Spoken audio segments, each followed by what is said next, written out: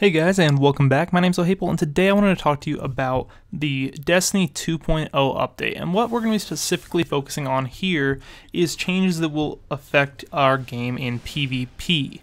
We're not going to be handling any PvE changes or anything that's not going to impact PvP in a meaningful way. So, first off, let's just kick it off with weapons.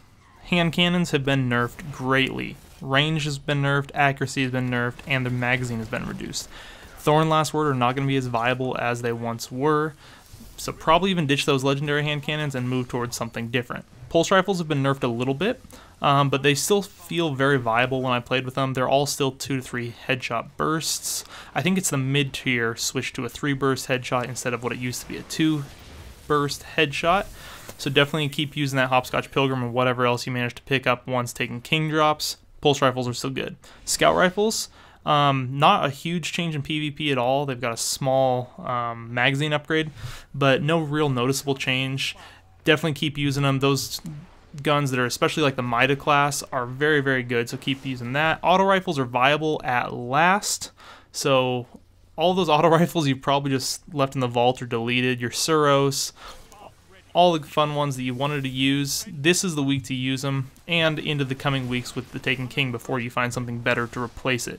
So definitely hit auto rifles. It sure seems like the new meta is going to be focused around pulse rifles and scout rifles, just based on what I've seen so far. Auto rifles are definitely viable, and if you're somebody that's struggling to hit precision shots, auto rifles can actually get you some fairly great kills. On to the secondaries. There is no more final round on snipers, at least not effectively for PvP. It only activates on headshots, which should be kills anyways, so that's great. We don't have to worry about running into teams in Trials of Osiris that are all using that final round and just shooting you in the toe.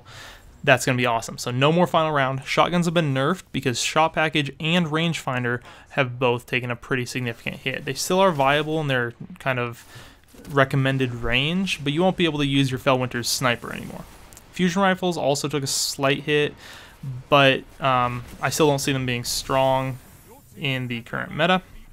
As for heavy weapons, the rocket launchers got larger blast radius, but horseshoes and hand grenades actually lost quite a bit of its proximity detonation, so that might not be the perk that you have to have on every rocket launcher anymore. It might be that tracking is actually a better choice now. Definitely try that out. On to kind of like not weapon specific stuff, the arc bolt got quite a huge nerf. I remember it used to be that I could land an arc bolt and like 2 last word body shots and that would get a kill. I think they said it got like a 25% nerf in damage, and it also isn't chaining as far as it used to by 1 meter. So that's pretty significant. Blink got a nerf as well, just to really stick it to the Blade Dancers.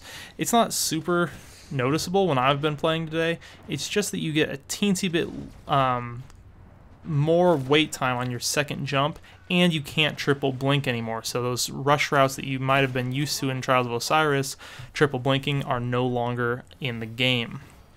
For some of the exotic weapons, they did buff No Land Beyond, increase that handling, made its special perk better, and they also improved Thunderlord by giving you some more ammo. And that seems like a minor thing, but in PvP that can be very, very useful, especially in game types like Skirmish. Getting that little bit of extra ammo means essentially 3 to 5 extra kills, so that is definitely a nice change. The Thunderlord, that's a really fun gun to use if you haven't tried it out. Gjallarhorn and Icebreaker have both been nerfed. Icebreaker's gone, I think, from 5 seconds for a recharge to 7, and that makes it so that, man, it's going to be really hard to use Icebreaker. You die, and you have to wait 7 seconds before you can even fire, and if you miss that shot, then you're pretty much out of luck because it's going to be 14 seconds until your second shot.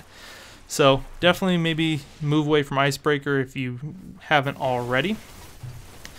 A couple other ones that were in there that were kind of interesting to me was one about lag that said improve damage validation systems to reduce the effectiveness of players with extreme lag.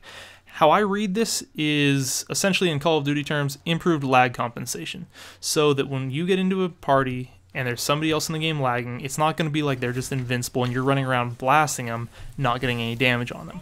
This is going to be great. It's going to really ease the frustration that we've had with lag, I think, in Iron Banner and Trials of Osiris, but it's hard to tell how much of a change this is, how effective it actually will be. If it does what they say, it should be great. They did change something as well in PvP matchmaking, where if you were in a super unbalanced match, they'll like give you this message that says, we're breaking up these teams to find a better match. And that's really cool, because that way you don't just keep going in and just keep destroying team after team after team, and they just all stay in the lobby and you keep destroying them. It'll mix it back up, put you back into matchmaking, and find you a different lobby. The problem with this is, on several occasions now, I haven't left matchmaking to orbit. I've completed a game.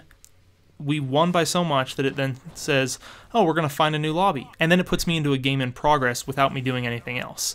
That was pretty frustrating, considering I didn't leave matchmaking or anything, but it could be nice just to keep some more balance in PvP overall. And overall, these like balance changes that now that they've dropped, it feels like the time to kill has gone down a little bit. And I think that's a really, really positive change for Destiny, because it allows us to be a little bit more strategic with everything we do and plan out our gunfights and make it so that teamwork is actually a lot more important than just Twitch gun skill. So that's all very good. I'm very happy with all of these changes. For the next week, they have done the PvP preview where you can see all of the new maps and just kind of the new game mechanics, the new game types, Rift and Mayhem.